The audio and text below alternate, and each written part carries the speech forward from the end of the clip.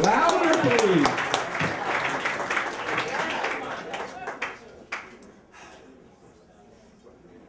I attended my first ever school dance when I was in the 8th grade. And I was super excited for this because I wanted a girlfriend. And as a student of pop culture, I had learned that the place to get a girlfriend was at the school dance. I had watched every teen flick, I had studied them, I knew this for a fact. And there was a series of 4 steps that you had to take. Step 1, you ask the girl out. Step 2, the girl says yes. Step 3, you take her to the dance. Step 4, you kiss, you have a girlfriend. I was really good at step 1. Like really good at it. Terrible at all the other steps.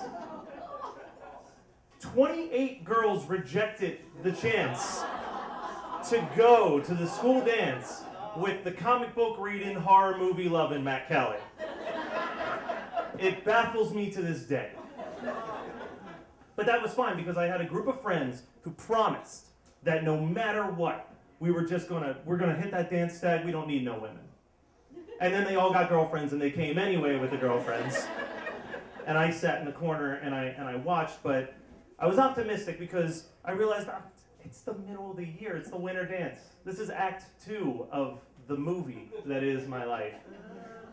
Certainly by the end of this year, things will work out. Enter Melinda.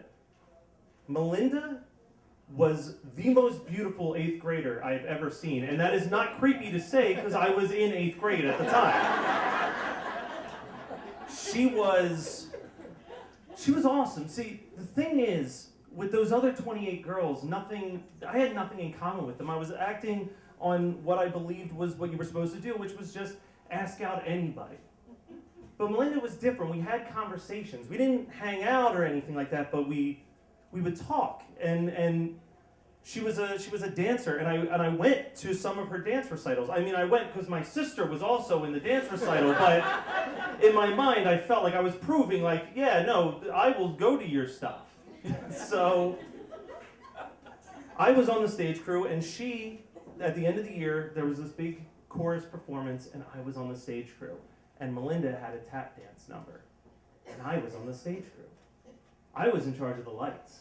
I was in charge of the lights during Melinda's tap dance number. So clearly the universe was just forcing this to happen. At the end of the night, I asked out Melinda, and she said yes. And it was amazing. My relationship with Melinda lasted 12 hours. The very next day when I arrived at school, I was informed that on her ride home, Melinda's parents told her that she was moving and cut off the relationship. But you don't need to feel sad. It was perfectly fine because I realized if my life was a movie, no one makes romantic comedies about junior hires. High school's where true love is found. Now, I still went stag to my 9th grade dance because it was a luau theme and no one has ever fallen in love at a luau. So I knew right off the bat that was not going to be the case. But when 10th grade rolled around, I asked out this girl, Amanda.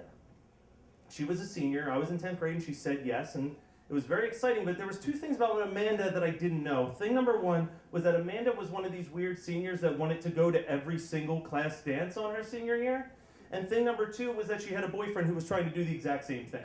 So when I walked into the door, Amanda was gone for the rest of the night, dancing with her boyfriend, and then it was time for me to go home, but I remember that there was some mac and cheese there that was pretty kicking, so... You might be wondering what the silver lining is. It's not the mac and cheese. What the silver lining is this. If you're sitting there and you're thinking, okay, well then obviously the end of this story is like now he has a girlfriend, now he's married, now he's got kids. No, the silver lining is that at the age of 30, I've continually tried to push this boulder of relationship up a hill and just been ran over and crushed by it repeatedly. But I have not given up faith that this is going to work out. And I just dust myself off, and I push that boulder back up, and I just prepare for the next crush. But the fact that I've yet to give up, and trust me, there has been some stories of times where I probably should have given up.